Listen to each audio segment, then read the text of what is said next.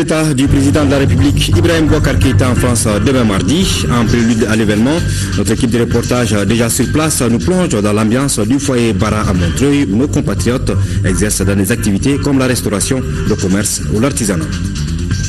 Ouverture ce matin à Kigali, au Rwanda, du sommet des chefs d'État et de gouvernement sur les technologies de l'information et de la communication. Le Premier ministre et le ministre de la Communication participent à ce sommet qui se donne comme objectif de hisser l'Afrique au rang des continents les plus émergents en matière de nouvelles technologies. Apparition à Bamako depuis quelques jours de cas de conjonctivite hémorragique aiguë ou Apollo. Quelle est l'origine de la maladie? Comment se transmet-elle? Comment se fait la prévention et la prise en charge? Rachel Tessougué nous donnera des réponses dans ce journal. Merci de rester sur le programme de l'ORTM. Bonsoir et bienvenue dans cette édition que nous ouvrons avec ce communiqué de presse relatif à la visite d'État du président de la République en République française. Son Excellence M. Ibrahim Boubacar Keïta, président de la République, chef de l'État, entreprend du 20 au 22 octobre 2015 une visite d'État en République française à l'invitation de son Excellence M. François Hollande, président de la République française. Outre des membres du gouvernement, le président Hollande et Keïta co-présideront le sommet de l'Organisation de coopération et de développement économique OCDE sur le Mali le 22 octobre prochain, dont les objectifs sont 1. Présenter les actions immédiates du gouvernement du Mali pour la mise en œuvre de l'accord de paix pour la réconciliation nationale. 2. Renforcer le dialogue sur les politiques publiques nécessaires à plus d'inclusion, d'emploi et de stabilité. 3. Réaffirmer l'engagement des partenaires internationaux du Mali, tant publics que privés, tant bilatéraux que régionaux ou multilatéraux, autour des priorités stratégiques du Mali. 4. Au-delà de la période intérimaire et dans la perspective de l'émergence du Mali d'ici 2030, faire le point sur les moyens, partenaires et financements essentiels à moyen et long terme. Il est également prévu à la demande du mouvement des entreprises de France MEDEF une importante rencontre entre opérateurs économiques maliens et français. Enfin, le chef de l'État rencontrera les représentants de la communauté malienne en France pour échanger sur l'actualité nationale et les grands défis de l'heure. À quelques heures donc de la visite d'État du président de la République en France, nos reporters Amadou Sankaré et Abdul Salam Bambara nous plongent dans l'ambiance du foyer Bara de Montreuil. Dans ce foyer, on retrouve les Maliens dans des activités comme la restauration, le commerce ou l'artisanat. Et c'est une communauté qui contribue pour beaucoup au développement de leur localité à travers la réalisation de plusieurs infrastructures comme les écoles, les centres de santé et les points d'eau. Suivons ce reportage réalisé dans le foyer Bara à Montreuil. La communauté malienne de France est l'une des plus importantes diasporas d'Afrique noire de l'Hexagone. Elle est estimée à environ 250 000 âmes. L'immense majorité de cette population vient de la région de Caille. Très active, elle contribue pour beaucoup au développement socio-économique de cette région. Parmi ces nombreux foyers qui accueillent les Maliens, il y a celui de la rue Bara à Montreuil. Ici, on se croirait au Dabanani à Bamako avec ses plats et autres produits exposés ça et là. Et on vend du mafé, sauce tomate, sauce yassa, le tchèque. Si le président du Mali vient ici, vraiment, on serait très content de son rencontre en France. Je m'appelle Moussa Balo, je suis le chef des forgerons du foyer Bara. Et moi, je suis là depuis 1976. Il y a beaucoup de Maliens et Maliens ici qui ont besoin de bijoux traditionnels qui ne peuvent pas être faits par des Français. Et nous le faisons. Nous sommes très contents de notre clientèle parce que les Maliens et des Maliens, premièrement, vous savez comme moi, ce sont des gens qui connaissent qu'est-ce que c'est qu'un forgeron. Ils viennent nous voir et nous respectent et on les respecte. Même très loin du pays, les Maliens de France suivent avec beaucoup d'intérêt la situation politico-sécuritaire. C'est pourquoi ils saluent les efforts accomplis par le gouvernement pour la signature de l'accord de paix. Les habitants de Montreuil ici, on est pressés pour voir le président. Oui, on veut être informé avantage pour l'accord. S'il y a la paix au Mali, tout le monde veut retourner. Hein? Oui, parce qu'ici aussi, ça ne va pas du tout. Le président, sa visite, on aimerait bien qu'il parle surtout au niveau de la paix du Mali, surtout dans le nord. Donc, nous avons nous-mêmes lu l'accord, nous avons rencontré ici aussi la société civile qui est passée là avec, pour rencontrer les institutionnels et la communauté malienne de France. Nous les avons rencontrés. Donc moi-même, j'ai beaucoup discuté avec eux pour ma propre compréhension d'abord, afin de mieux véhiculer donc l'information. Les Maliens de France saluent cette visite d'État du président de la République.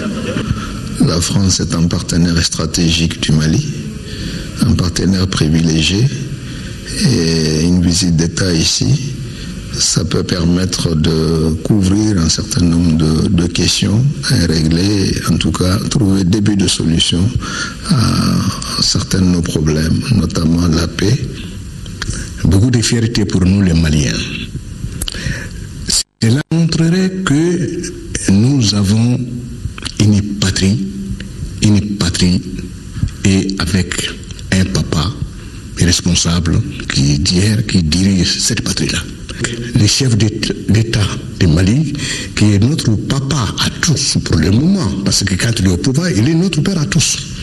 Il faut le reconnaître. Et nous allons l'accueillir avec... On ne sait pas si on peut jouer des tambours ici, des tam-tams, mais on fera tout pour lui montrer que nous l'aimons. Le président Ibrahim Boubacar Keïta aura des échanges avec la communauté malienne vivant en France ce samedi. Les Champs-Élysées sont aux couleurs du Mali et de la France depuis ce lundi, et cela à la veille de la visite d'État du président de la République. Nos envoyés spéciaux Abdoul Salam Bambara et Amadou Sankaré nous proposent les images de cette avenue mythique, mais également la réaction de certains de nos compatriotes installés en France. Pour eux, par ce geste de la France, c'est tout le Mali qui est honoré. Ça m'inspire. Déjà, je suis passé sur les Champs-Élysées, j'ai vu les drapeaux vert, jaune, rouge, donc je me suis aperçu que voilà, il y a quelque chose qui se passe. Surtout les Champs-Élysées, c'est l'une des plus belles avenues de France, avec les couleurs du Mali, ça fait chaud au cœur. C'est ce que nous on veut, c'est ce qu'on veut pour la France, le Mali, c'est que voilà, qu'ils travaillent ensemble et qu'ils aient le plus long possible. Comment vous avez vécu la signature de l'accord de paix au Mali? De toute façon, c'est la terre de mes parents. Moi, tout ce qui concerne le Mali, ça me touche directement au cœur. Donc, quand il y a des bonnes choses qui se font, je suis le premier à être content. C'est une très bonne chose. Aujourd'hui, on est là en train de filmer sur les Champs-Élysées. On a les drapeaux maliens et les drapeaux français. C'est une première, c'est du jamais vu. C'est une fierté pour nous, les Maliens. Et dans notre activité tous les jours au sein de Jasma, on œuvre pour ça, pour ce développement, pour ce rapprochement entre la France et le Mali. Et de créer ce pont, aujourd'hui, il est matérialisé par la visite du président. À présent, le contenu de ce communiqué du protocole de la République, son Excellence M. Ibrahim Boubacar Keïta, président de la République, chef de l'État, effectue une visite d'État en France du 20 au 22 octobre 2015 à l'invitation de son Excellence M. François Hollande, président de la République française. À l'occasion du départ du chef de l'État en France, le protocole de la République invite à l'aéroport international de Bamako-Sénou les membres de la délégation à 7h, les corps constitués désignés à 7h30 et le décollage de l'avion présidentiel est prévu à 8h. Et puis toujours en rapport avec le déplacement du chef de l'État en France, voici ce communiqué de presse du RPM. Le président de la République, chef de l'État, son Excellence Ibrahim Boubacar Keïta, effectuera du 20 au 22 octobre prochain une visite d'État en France. Une visite que les autorités françaises inscrivent au plus haut niveau des visites présidentielles en France. Le Rassemblement pour le Mali, RPM, salue cet événement qui traduit l'excellence des relations d'amitié et de coopération entre la France et le Mali à tous égards exceptionnels. Le RPM se réjouit du fait que la communauté des partenaires au développement du Mali donne l'exemple d'une communauté acquise à la cause de notre pays. La conférence pour la relance économique et le développement du Mali organisée par l'OCDE à cette occasion sera donc co-présidée par les présidents François Hollande et Ibrahim Boubacar Keïta. L'Union européenne, la Banque mondiale, la Banque africaine de développement et plusieurs autres partenaires du Mali prendront part à cette conférence qui va accélérer le processus de reconstruction de notre pays. Le RPM saisit cette occasion pour remercier le gouvernement français et les partenaires au développement de notre pays pour cette marque de confiance et d'amitié partagée. La section RPM France et la mouvance présidentielle du Mali en France se réjouissent de la visite d'État historique en France du président de la République du Mali, son Excellence Ibrahim Boubacar Keïta, et invite la communauté malienne résidente en France à sortir massivement pour réserver un accueil chaleureux à notre président de la République et à sa délégation à l'aéroport d'Orly demain mardi 20 octobre 2015 à 15h. Elle compte sur la fibre patriotique de tous les Maliens et Maliennes de France. Ouverture ce matin à Kigali, Rwanda, du sommet des chefs d'État et de gouvernement sur les technologies de l'information et de la communication Transform Africa est le thème de ce sommet qui se déroulera du 19 au 21 octobre. C'est le Premier ministre, accompagné du ministre de la Communication, qui représente le président de la République à cette rencontre de haut niveau qui se donne comme objectif de hisser l'Afrique au rang des continents les plus émergents en matière de nouvelles technologies. La délégation malienne est arrivée cet après-midi dans la capitale rwandaise. Le chef du gouvernement à sa descente d'avion a été accueilli par le ministre rwandais de l'Environnement. Nos envoyés spéciaux sont Nyanya Alou Traoré et Sidi Modibo Dambélé. Kigali sera pendant 3 jours la capitale des technologies de l'information et de la communication. L'Union internationale des télécommunications, UIT, en partenariat avec le gouvernement rwandais, ambitionne de transformer notre continent par une promotion efficiente des TIC. Autrement, offrir aux Africains l'opportunité de connaître en temps réel les meilleures pratiques et tendances du développement des TIC afin d'améliorer considérablement leur quotidien. Une même vision partagé avec notre pays. Le Mali présentera en effet au cours des travaux le thème jeunesse, TIC et création d'emplois. Nous sommes ici pour participer à un sommet des chefs d'État dédié exclusivement au développement de nouvelles technologies de la communication. Vous savez, l'étape première, c'était connecter l'Afrique. L'étape actuelle, c'est transformer l'Afrique. Et nous devons échanger les expériences, nous enrichir réciproquement des acquis des uns et des autres et travailler de telle manière que les nouvelles technologies de la communication puissent être aujourd'hui la porte d'entrée d'un développement inespéré pour nos pays. Nous savons que c'est des découvertes de pointe et qui sont des découvertes génératrices d'emplois pour les jeunes. Et le Mali a justement à l'intérieur de ce panel-là la charge de réfléchir aux voies et moyens pour que les nouvelles technologies de la communication puissent être profitables à la jeunesse et du coup créer de nombreux emplois. Nous arrivons pleins d'espoir, espérant pouvoir nous enrichir de l'expérience de ce pays qui, comme vous le savez, est à la pointe du développement de nouvelles technologies. À noter que ce thème fait partie du plan Mali numérique 2020, un plan ambitieux qui tient à cœur au chef de l'État Ibrahim Boubacar Keïta. Sa réalisation devrait permettre la mise en place d'une administration électronique, la pose de 4500 km de fibres optiques ou encore la construction du complexe numérique de Bamako. Signature de convention ce matin entre la Fédération de Russie, l'Organisation internationale de la protection civile et le ministère de la Santé. Formation de médecins maliens en Russie, remise d'équipements à l'hôpital Gabriel Touré sont quelques volets de cet accord de partenariat. C'est dans ce cadre qu'un important lot de matériel et consommables médicaux d'une valeur d'1 milliard de francs CFA a été remis au centre hospitalier universitaire Gabriel Touré. Le compte-rendu de ces deux activités avec Ramata Konaté. Le plateau technique de l'hôpital Gabriel Touré se renforce.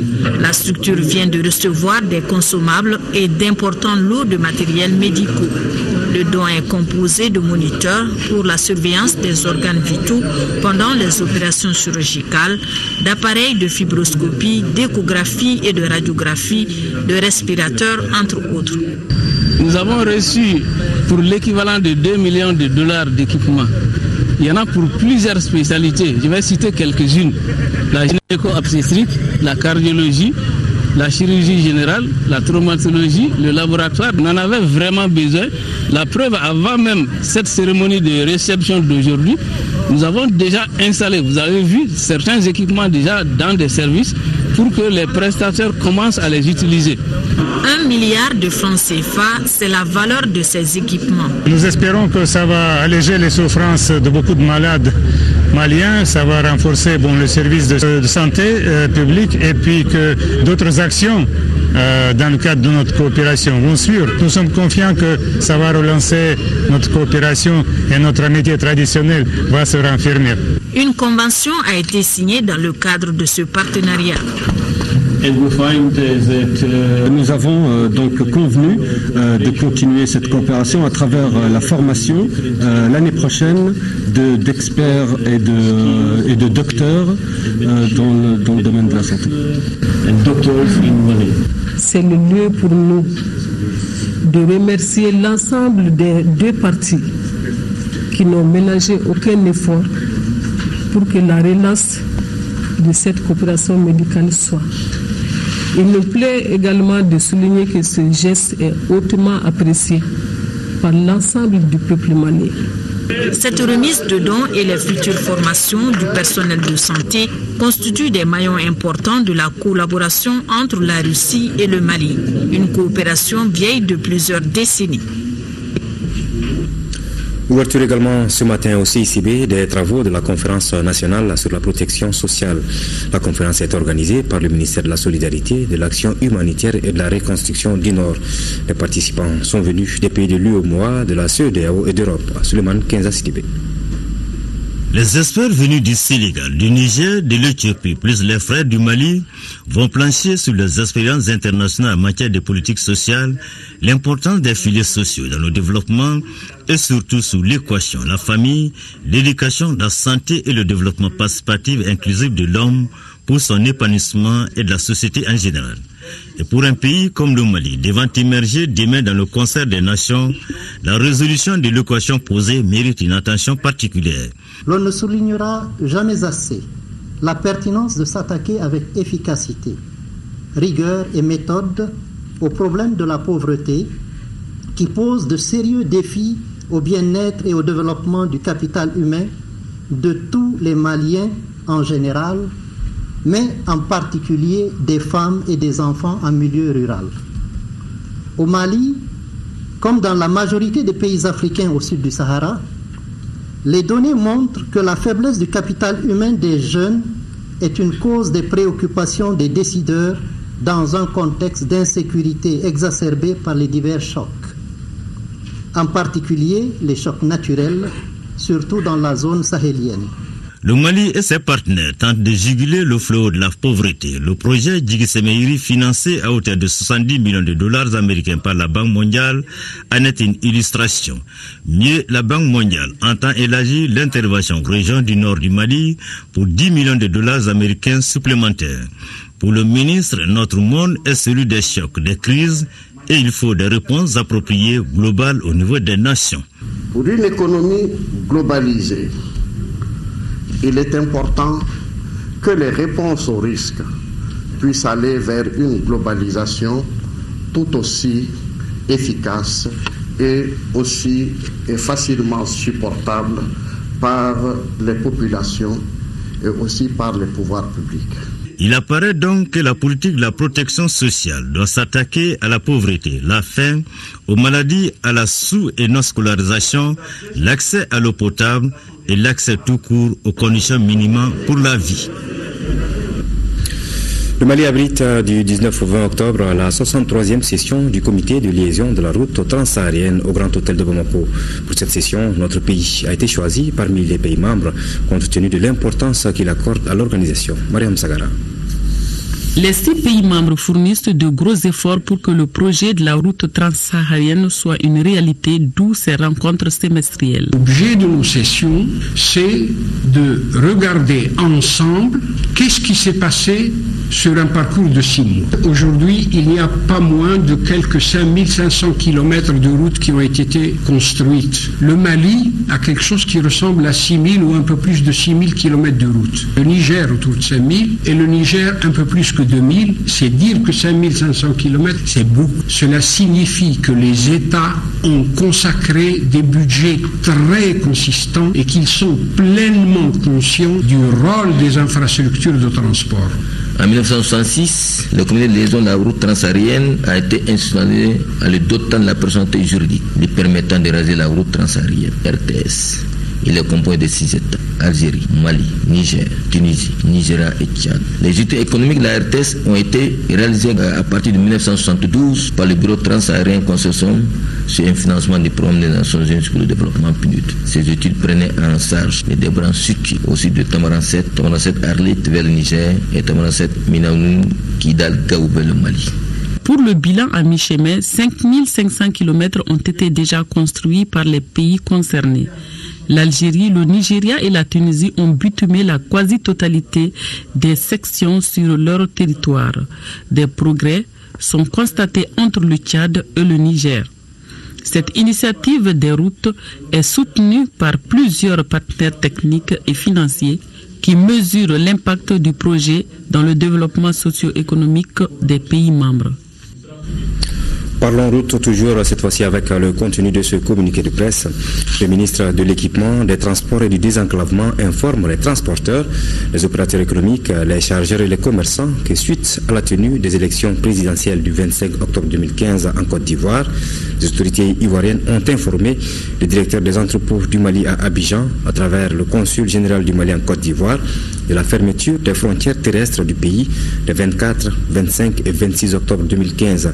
À cet effet, le ministre Mamadou Hachim Koumaré invite les transporteurs, les opérateurs économiques, les chargeurs et l'ensemble des usagers maliens vivant en transit ou résidant en Côte d'Ivoire à prendre les dispositions nécessaires pour respecter les différentes consignes données par les autorités de la Côte d'Ivoire, mais également à prendre des précautions pour éviter tout désagrément lié au trafic et au transit entre la Côte d'Ivoire et le Mali.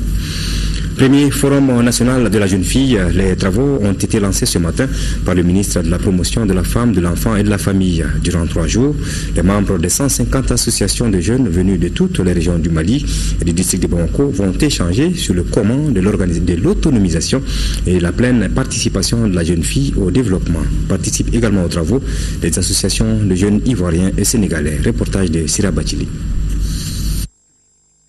La jeune fille, femme et maman de demain sous projecteur 3 jours durant afin d'attirer l'attention des décideurs sur l'intérêt de son épanouissement. Le premier forum national de la jeune fille est un appel à l'endroit de tous pour son autonomisation et sa pleine participation au développement national. L'initiative est appuyée par le ministère de la Promotion de la Femme, de l'Enfant et de la Famille et du Réseau national de la jeunesse du Mali. Les jeunes filles, femmes du Mali, à travers ma voix, ont décidé d'organiser ce forum, d'une part pour mobiliser les partenaires, les autorités, et d'autre part pour sensibiliser les jeunes filles elles-mêmes, les leaders religieux, les parents et les autorités traditionnelles sur la problématique liée à l'épanouissement, à la protection, à la promotion et au respect des droits des jeunes filles au Mali et ailleurs. Premier acte de cette mobilisation exceptionnelle de la jeunesse malienne en faveur de la fille, ce premier forum dont le terme porte sur l'autonomisation de la jeune fille et sa pleine participation au développement national est une réponse des jeunes à l'exigence, sinon à l'urgence de l'application de toutes les conventions et lois en faveur de la femme, de la jeune fille. Ce sont donc les membres d'une centaine d'associations maliennes de jeunesse qui ont répondu à l'appel. Ils sont venus de toutes les régions du Mali et du district de Bamako pour prendre part à ces assises. À leur côté également, 2 délégations de la Côte d'Ivoire et du Sénégal. Mobilisation grandiose à la dimension de l'événement qui dénonce toute forme de violence faite aux filles, dont le mariage précoce. Et le parrain est convaincu. Avec la femme et la jeune fille épanouie, tout est possible sans elle. Attention. Attention au VIH-Sida, dira le secrétaire exécutif du Haut Conseil de lutte contre le sida. Pour Malik Sen, cette tribune est la meilleure pour mieux sensibiliser les jeunes sur ce fléau qui touche 100 000 personnes au Mali. ONU Femmes appelle les hommes et les jeunes garçons à faire de cette lutte contre les violences faites aux femmes la leur pour mieux la réussir. Le ministère de la Femme salue l'événement. Le gouvernement malien est fier de ses enfants. Ce forum national permettra sans doute le partage des expériences maliennes et de celles des autres pays et de l'espace de l'UOMOA. Face à la situation de la jeune fille, mon département s'engage résolument à adopter des mesures qui visent à améliorer les conditions des jeunes en général et des jeunes filles en particulier. Le premier forum national de la jeune fille ainsi lancé est la porte d'entrée pour d'autres activités comme des émissions grand public, la visite des délégués à l'AMPPF et à l'Assemblée nationale. Un plan d'action des jeunes sera élaboré pour lutter efficacement contre les violences faites aux filles.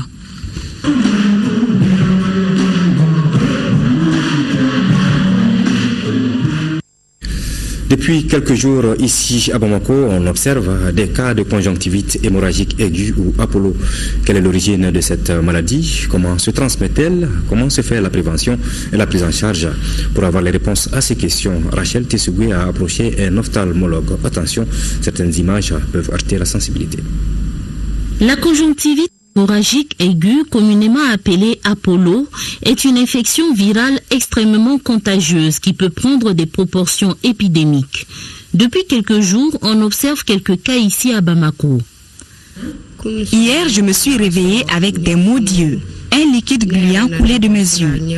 Mes yeux sont enflés. Je crois qu'il y a des saletés à l'intérieur. Les médecins disent que c'est Apollo. L'Apollo a un autre nom, on va dire un nom beaucoup plus médical. Donc c'est la conjonctivite hémorragique aiguë. Donc c'est une inflammation aiguë de la conjonctive sous forme hémorragique. C'est une infection qui est due à un virus qu'on appelle l'entérovirus 70. C'est une infection qui atteint la plupart du temps les deux yeux, mais ça peut commencer sur un œil et puis s'étaler sur l'autre. C'est une infection qui est hautement contagieuse. Le nom Apollo, pour la première fois, c'est une infection qui est survenue pour la première fois au Ghana. Et cette affection, quand elle est survenue, ça a coïncidé avec l'avènement du passage, du départ des hommes sur la Lune à travers une mission qu'on appelle la mission Apollo 11. Et puisque les deux événements ont coïncidé, et les gens ont fait le lien entre la mission Apollo 11 et cette affection, d'où le nom de conjonctivite Apollo. Comment se transmet cette maladie? C'est une infection qui peut se transmettre de deux manières. Donc, de façon directe, donc par contact direct entre une personne qui est atteinte de cette infection et une personne qui est saine. La seconde, c'est surtout par l'intermédiaire des objets souillés. Donc, c'est ce qu'on appelle la transmission indirecte. Donc, de façon globale, au maximum, une semaine doit suffire pour la guérison de cette affection. Il peut y avoir des complications si la personne est mal suivie. Cette complication peut aller à des ulcères de cornée, à des infections oculaires. Et si cette infection n'est pas circonscrite, ça peut aboutir à la cécité. La prévention et la prise en charge de la conjonctivite reposent essentiellement sur le respect des mesures d'hygiène. Au minimum, c'est laver le visage avec du savon 3 fois par jour, éviter le contact avec les personnes saines, adopter ces mesures d'hygiène. Ça va vraiment circonscrire la transmission, la chaîne de transmission. Pour les personnes qui sont saines, c'est d'éviter de se donner les mains, éviter les accolades avec les personnes, laver tout le temps la main avec du savon, garder le visage et les mains propres. Au bout de 3 jours, pour ceux qui sont déjà atteints, ils ont adopté ces mesures, c'est-à-dire laver les mains, laver le visage 3 fois par jour. Au bout de 3 jours, si vraiment les signes ne s'amenuisent pas, c'est-à-dire les signes ne régressent pas, ces personnes doivent aller voir un spécialiste pour la prise en charge de cette affection. La conjonctivite ou Apollo touche les deux sexes. Elle se voit à tout âge et dans tous les milieux, quel que soit le niveau socio-économique.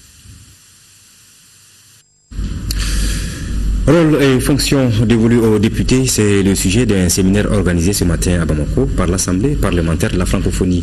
Il sera aussi question de réfléchir sur ce qui peut être attendu du député dans un pays qui sort de crise. Alpha Maïga. Le rôle des députés, les députés représentent le quartier, la commune, toute la population. C'est de veiller sur le peuple, le rôle d'un député. Défendre les intérêts du peuple. Pour le rôle du député. Voilà à peu près ce que pense le citoyen lambda du rôle et de la fonction du député. Et quand, après 2 ans de fonction, on apprend à ces mêmes députés leur rôle et leur fonction, c'est dire que mieux vaut tard que jamais. La raison pour laquelle nous avons demandé ces modules, pour que au niveau de notre institution, que les députés d'abord, ils sont à 80% nouveaux, donc pour d'abord que les députés sachent pourquoi il est là, qu'est-ce qu'il doit faire, qu'est-ce qu'il ne doit pas faire. Nous avons quand même 3 ans qui nous restent. Une mission des députés, c'est la mission d'abord, la première chose de voter les lois, le contrôle de l'action gouvernementale et rendre compte à ces mandats. Maintenant, aujourd'hui, les gens confondent dans la campagne, ils confondent toutes sortes de missions pourvu qu'ils soient élus. Le séminaire est organisé par l'Assemblée parlementaire de la francophonie. Le Parlement est l'expression du principe démocratique de la souveraineté du peuple. Il est l'une des institutions clés de la démocratie et de l'état de droit, comme cela est clairement inscrit dans la déclaration de Bamako, le document qui fonde l'action politique de la francophonie et qui a été conclu ici même en novembre 2000. Il s'agit aussi pour le président de réfléchir sur ce qui peut être attendu du député dans un pays qui sort de crise. L'Assemblée nationale, par des résolutions, des déclarations et des communiqués, appelés au calme, à la retenue, à la paix des cœurs et des esprits, afin que seul contre le Mali un, indivisible et laïque. C'est dire que le député exerce aujourd'hui bien plus de missions de par son statut d'élu national. Il est un médiateur social dans les crises. Au Mali, les membres de l'Assemblée nationale portent le titre de député. Ils sont élus au suffrage universel direct pour un mandat de 5 ans. Aujourd'hui, ils sont 147 députés. À présent, le contenu de cet important communiqué du gouvernement de la République du Mali relatif à la rentrée scolaire à Kidal. Le gouvernement informe que ce jour, 19 octobre 2015, a eu lieu dans la région de Kidal l'ouverture des classes au titre de l'année scolaire 2015-2016. Le gouvernement saisit cette occasion pour remercier tous les acteurs et partenaires de l'école dont les efforts conjugués ont permis cette année à de nombreux enfants de reprendre le chemin de l'école et de jouir de leur droit à l'éducation. Pour sa part, le gouvernement donne l'assurance que ces efforts seront soutenus tout au long de l'année scolaire, notamment par la poursuite du retour de l'administration scolaire et des enseignants. Le gouvernement réaffirme son attachement au respect par toutes les parties de l'accord de paix et de réconciliation nationale. Il exhorte les parties à mettre au centre de la mise en œuvre de l'accord l'intérêt supérieur de la nation malienne. Relatif au même sujet, une réunion tripartite a eu lieu ce soir même au ministère de la Solidarité, de l'Action humanitaire et de la Reconstruction du Nord sur la rentrée scolaire dans la région de Kidal. On prépare à cette réunion le ministre en charge de la Reconstruction du Nord, celui de l'Éducation nationale et les membres de la CMA et de la plateforme. Il ressort de cette réunion que la rentrée scolaire a été effectuée à Kidal. Pour plus de précisions, écoutons successivement Abala Aga Amzaha, membre de la plateforme, et Mamadou Djeri Maïga, membre de la CMA. Ils sont au micro de Kadiatou Kone.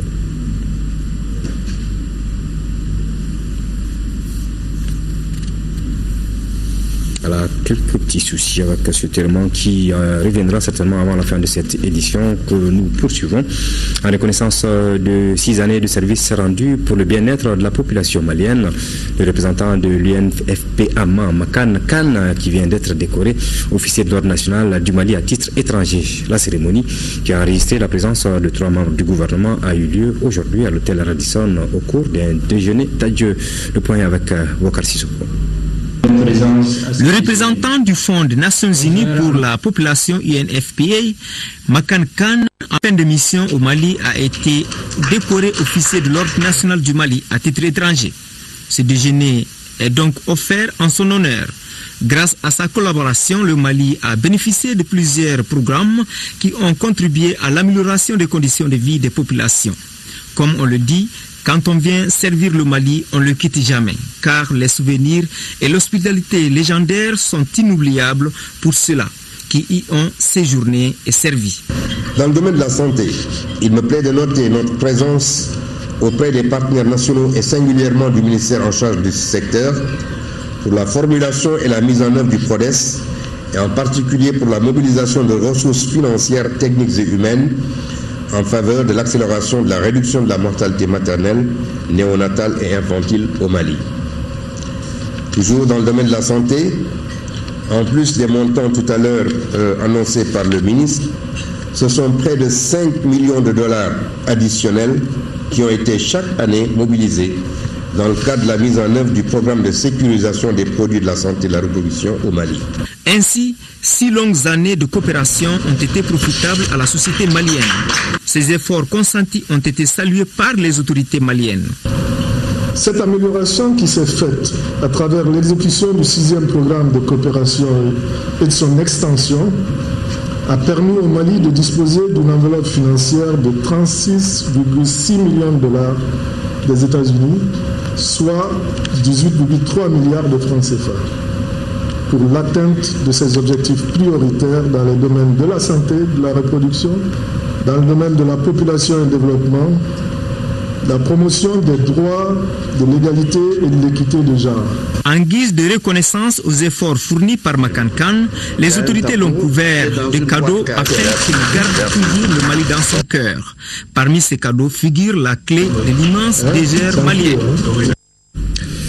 Le Mali, à l'instar de la communauté internationale, célèbre demain 20 octobre la journée mondiale de la statistique.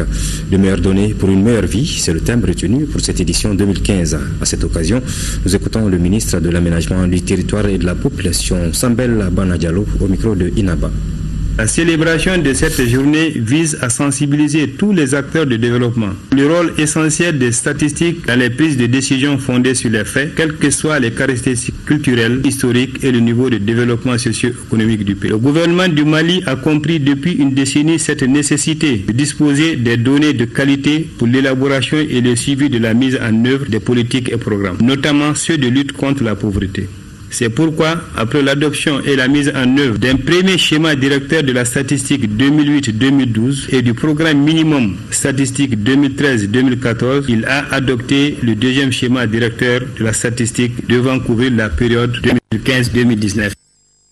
Retour à présent sur le contenu de cet important communiqué du gouvernement de la République du Mali. Le gouvernement informe que ce jour, 19 octobre 2015, a eu lieu dans la région de Kidal l'ouverture des classes au titre de l'année scolaire 2015-2016. Le gouvernement saisit cette occasion pour remercier tous les acteurs et partenaires de l'école dont les efforts conjugués ont permis cette année à de nombreux enfants de reprendre le chemin de l'école et de jouir de leur droit à l'éducation. Pour sa part, le gouvernement donne l'assurance que ces efforts seront soutenus tout au long de l'année scolaire, notamment par la poursuite du retour de l'administration scolaire et des enseignants. Le gouvernement réaffirme son attachement au respect par toutes les parties de l'accord de paix et de réconciliation nationale. Il exhorte les parties à mettre au centre de la mise en œuvre de l'accord l'intérêt supérieur de la nation malienne. Une réunion tripartite a donc eu lieu ce soir même au ministère de la Solidarité, de l'Action humanitaire et de la Reconstruction du Nord sur la rentrée scolaire dans la région de Kidal. On prit part à cette réunion le ministre en charge de la Reconstruction du Nord, celui de l'Éducation nationale et les membres de la CMA et de la plateforme. Il ressort de cette réunion que la rentrée scolaire a été effectuée à Kidal. Pour plus de précisions, écoutons successivement Abala Amaza, membre de la plateforme, et Mamadou Djeri Maïga, membre de la CMA. Ils sont au micro de Khadija Toukoné. Il y a eu évidemment une réunion entre les différentes parties à d'accord, c'est-à-dire le gouvernement, la CIMA et la plateforme, au sujet de la rentrée scolaire aujourd'hui à Kidal, qui est d'ailleurs salutaire, puisque après 3 années d'absence de l'école, aujourd'hui, il y a eu une rentrée symbolique. Il faut l'accompagner, il faut aider pour que cette rentrée soit définitive au niveau de toute la région de Kidal. Les populations, les enfants, aujourd'hui en ont besoin. C'est une priorité. On ne peut pas faire le développement sans l'école. On ne peut pas faire le développement sans les services sociaux de base, c'est-à-dire la santé, l'eau. Et il faut obligatoirement que ces services s'installent dans la région. Et je pense qu'avec la volonté des partis, aujourd'hui que je ressens, je pense qu'on arrivera à cela. Il faut l'encourager. C'est un acte positif. Maintenant, avec l'ensemble des acteurs, dans les jours à venir, on va se renforcer. C'est vrai que nous de la plateforme, ce matin, on n'était pas là-bas, mais ce n'est pas grave. Il faudrait qu'on amène aujourd'hui toutes les parties à faire rentrer les classes. C'est important pour le pays. Donc on va aider, on va s'entraider. Avec la rencontre d'ANEFIF, on a beaucoup fait pour rapprocher les communautés, pour faire rapprocher les différentes parties, pour qu'ensemble nous construisons le nord du Mali et le Mali tout entier. Donc notre rencontre tout à l'heure avec les membres du gouvernement, c'était un peu une mise au point de toute la situation en attendant que dans les jours à venir, une délégation officielle également du gouvernement avec les autres partis, c'est ma plateforme, se rendent ensemble à Kidal, constater cette rentrée scolaire avec les familles, avec les populations de Kidal. Ce n'est pas aujourd'hui seulement les 19 que ça a commencé. Il y a quelques jours, les enfants ont commencé à aller à l'école. Et l'État a aidé, le gouvernement a aidé, et les partis ont aidé également. Donc c'est un acte, il ne faut pas également oublier les partenaires également qui ont accompagné le gouvernement dans cette œuvre. Il faut les féliciter. Effectivement, il y a eu la rentrée scolaire ce matin à Kidal et ça s'est très bien passé. C'était en présence des représentants de l'aménagement.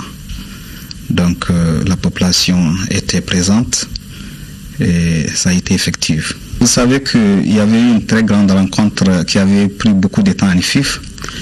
Et ce qui a beaucoup pris les responsables de la CEMA, ils n'ont pas eu le temps de revenir à Kidal pour non seulement expliquer ce qui s'est passé à Nifif, mais aussi sensibiliser les gens sur l'arrivée du ministre. Donc, ce qui a fait qu'une partie de la population n'a pas compris du fait qu'ils n'ont pas été informés à temps. Et je pense que les secrétaires généraux sont en train de tout mettre en œuvre à travers notre point focal pour que dans les jours à venir, qu'une très grande délégation puisse arriver à Kidal et que sa venue soit constatée et pour que l'ouverture soit officielle. Mais d'ores et déjà, elle a été effective. Mais nous attendons quand même que le ministre arrive et que le peuple n'est pas contre le fait que le ministre arrive. Ils veulent simplement être informés. Et ça, les secrétaires généraux sont à pied d'œuvre. Ils vont non seulement expliquer la symbiose qu'il y a eu entre les populations à Nefif, mais aussi ils vont sensibiliser les gens sur le fait que l'éducation, c'est pour les enfants, c'est l'avenir du pays, et que nous ne pouvons pas jouer avec l'avenir des enfants. Et qu'il est normal que s'il y a ouverture, que les plus hautes autorités de l'école puissent être présentes là-bas. Et je pense que dans les jours à venir, le point focal prendra attache avec le gouvernement et le comité de suivi et évaluation et les partis. Et la rencontre et l'arrivée du ministre à Kidal ne sera pas un obstacle encore. La rentrée scolaire 2015-2016 donc effective à Kidal. En 4e région, les producteurs agricoles s'engagent pour la vulgarisation des techniques culturelles adaptées au changement climatique. Le constat a été fait par une mission nationale de supervision conduite par le directeur national de l'agriculture, accompagné des responsables du projet GIPD. Les techniques agricoles, l'environnement, les intrants locaux ont été au cœur des échanges entre les deux parties. ORTM, Ségou, Fousseni Samake. Les parcelles expérimentales suivies d'échanges avec les producteurs formés par les GIPD sur la technique agricole adaptée au changement climatique. Les visiteurs se disent satisfaits du niveau d'appropriation des producteurs. Donc il faudrait mettre à la disposition de ces producteurs des pratiques résilientes d'adaptation, qu'ils puissent se familiariser avec ces pratiques d'adaptation, un ensemble de pratiques de renforcement des capacités qui a été rendu possible grâce pratiquement à l'inventaire des savoirs endogènes. À cela également, nous avons ajouté le savoir, ce qu'on peut appeler le savoir scientifique.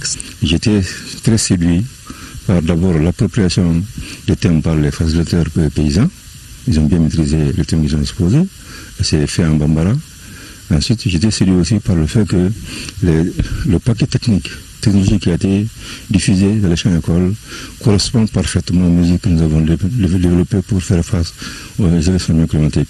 Nous sommes sûrs que si ces notions sont pratiquées par la moitié des paysans de Ségou, ça pourrait jouer sur la production agricole.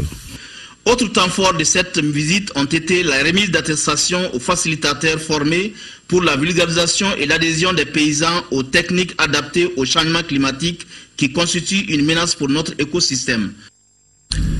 13 910 000 francs CFA, c'est le montant que chacun des 3 parieurs a gagné dans la course d'hier du PMU Mali. La cérémonie de remise des chèques a regroupé autour des responsables du PMU Mali les heureux gagnants et les hommes des médias. Reportage de Agibou Koulibaly. C'est la semaine des gros gains au PMU Mali. 3 turfistes, dont 2 de Bamako et 1 de Nyono, viennent de rejoindre les heureux gagnants de Pemu Mali. Ils ont gagné chacun 13 910 000 francs CFA dans la course d'hier avec une mise de jeu de 3 000 francs CFA et 200 francs CFA. Une manière qui justifie que la persévérance paie toujours avec Pemu Mali.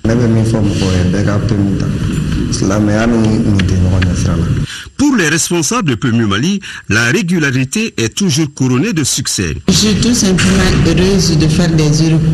Donc Pemu Mali, plus qu'un plaisir, plus qu'un jeu, c'est un plaisir. Le jeudi dernier, 2 turfistes ont empoché également la fabuleuse somme de 29 108 500 francs CFA avec une mise de 7 000 francs CFA et 200 francs CFA. Le Pemu Mali est une entreprise citoyenne qui a financé plusieurs projets d'intérêt public, parmi lesquels l'extension du réseau de la télévision nationale, la construction de 7 lycées à Bamako et Kati, la construction de 4 amphithéâtres dans le district de Bamako, entre autres. Au Pemu Mali, à chacun son tour de devenir millionnaire. Voilà, bonne chance donc à tous les parieurs. Page sport à présent, handball, les finales de la Coupe du Mali se sont jouées au Palais des Sports. L'USFAS a battu le Sigui de Caille en homme par 28-17 chez les dames. Le centre omnisport de Missabougou s'impose face au lycée Ben Oumarsi 19-12. Compte rendu Isaac Tchenou. L'USFAS en homme et le centre omnisport de Missabougou en dames remportent les trophées de la Coupe du Mali du handball. Dans la rencontre des dames, le centre omnisport de Missabougou, COM, a peiné avant de venir à bout du lycée sportif Ben Oumarsi, battu 19-12. Pourtant, le premier acte de jeu est resté très serré. Les deux équipes se tiennent à l'œil, en témoigne le score à la mi-temps, 9-8 pour COM.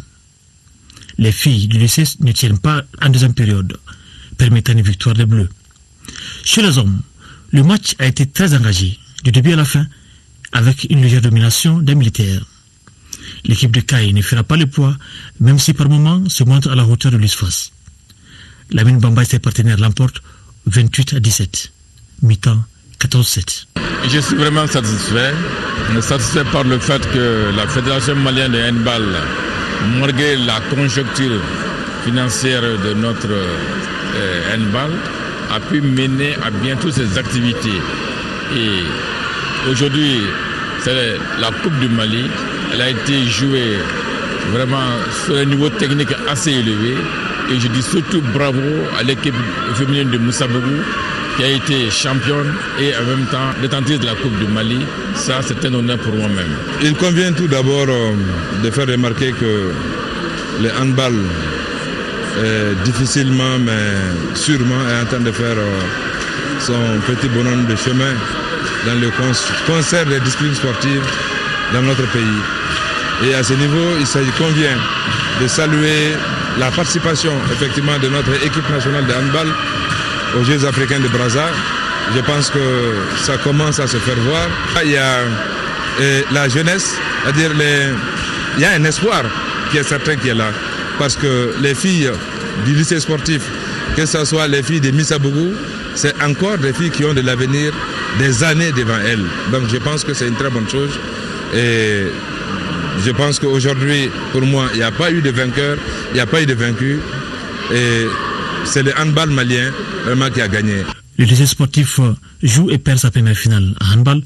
Le centre omnisport de Missabougou et l'USFAS, par cette occasion, réalise les doublés, coupe et championnat national. Page noire à présent de ce journal. Le ministre de la Culture, de l'Artisanat et du Tourisme a le regret et la profonde douleur de faire part au monde de la culture du décès de Cheikh Oumar Tidiane Soumanou, né en 1945 à Bamako.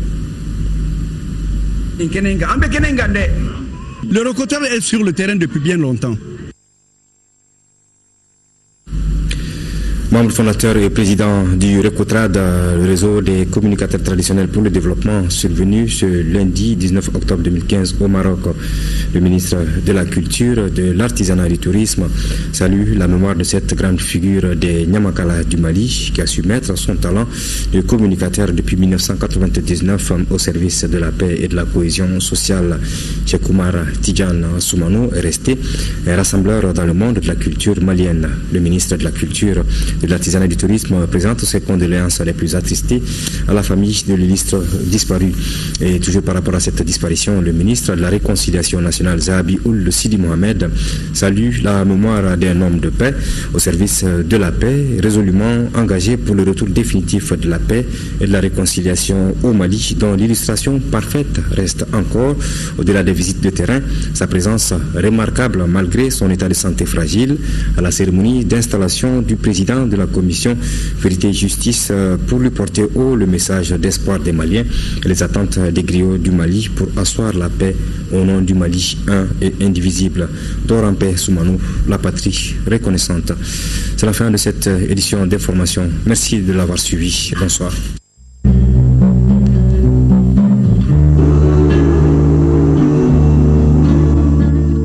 L'Ordre des médecins du Mali est un organisme professionnel doté de la personnalité civile chargée de la régulation de la profession médicale.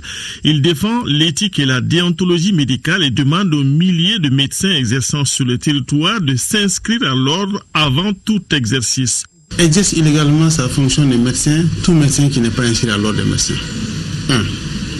Deuxièmement, un médecin peut être inscrit à l'ordre des médecins, mais s'il n'est pas à jour de ses cotisations, il exerce illégalement aussi sa profession de médecin.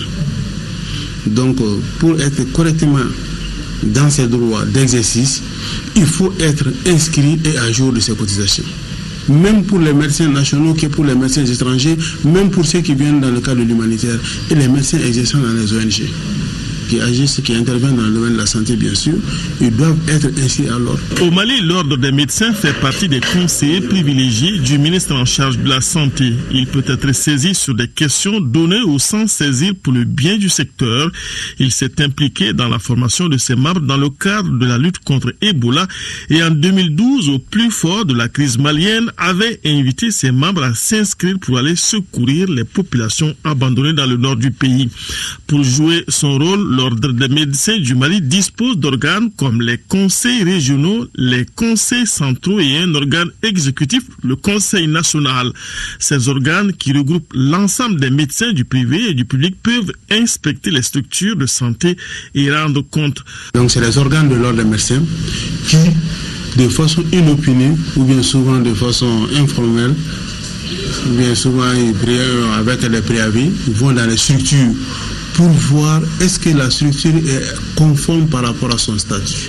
Nous avons les centres de santé de référence, les centres de santé communautaires, les hôpitaux de première référence, les hôpitaux de troisième référence, et ainsi de suite, et les hôpitaux secondaires. Mais aussi dans le domaine du privé, nous avons les cabinets, nous avons les cliniques médicales, nous avons les cliniques médico-chirurgicales et les polycliniques. Donc chaque structure doit répondre à un statut. Donc maintenant, l'exercice aussi de la médecine répond aussi à ces statuts. C'est-à-dire qu'un cabinet médical a des degrés de prestation, une clinique médicale a des degrés de prestation, et l'ordre est là pour veiller sur la bonne pratique.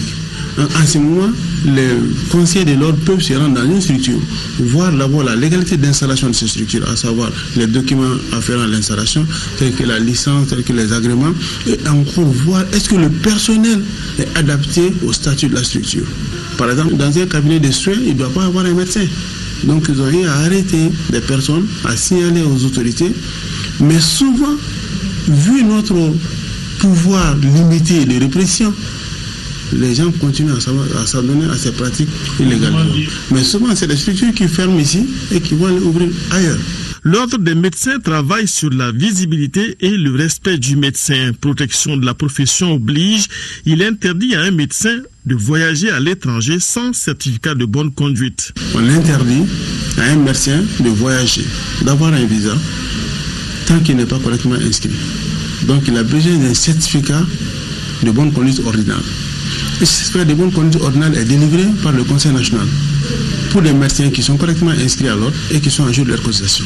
On s'était donné comme mission d'abord augmenter la visibilité du médecin, que le médecin soit respecté en tant que prestataire de soins de qualité et en tant que participation aussi donc à la socialisation et à l'équité de la vie. Donc en ce moment, on ne peut pas concevoir qu'un médecin qui peut demander un visa pour aller à un congrès ou à une rencontre ou à une formation quelconque, donc puisse être vraiment trimballé, donc faire la queue. Souvent même, on leur refuse le visa. et ils ratent souvent leur formation. Cette mesure qui a fait grincer des dents au début aura facilité l'obtention de visas pour beaucoup de médecins, que ceux-ci voyagent pour des raisons professionnelles ou non. Mais l'ordre des médecins peut aussi sanctionner ses membres en cas de faute. Tout à fait, cela arrive parce que c'est prévu par les textes. Donc nous avons des sanctions au niveau ordinal. Donc pour les médecins qui sont pris en faute, nous pouvons prendre différents types de sanctions. Il y a le blâme, il y a la suspension, on peut aller même à l'irradiation. Cela peut être décidé par un conseil de discipline qui est piloté par un magistrat, mais secondé par un conseil de l'ordre des médecins. Aujourd'hui, l'ordre des médecins du Mali ne compte pas moins de 4500 médecins et chirurgiens dentistes inscrits, mais tous ne seraient pas à jour dans le paiement de leurs cotisations, donc font de l'exercice illégal de la médecine.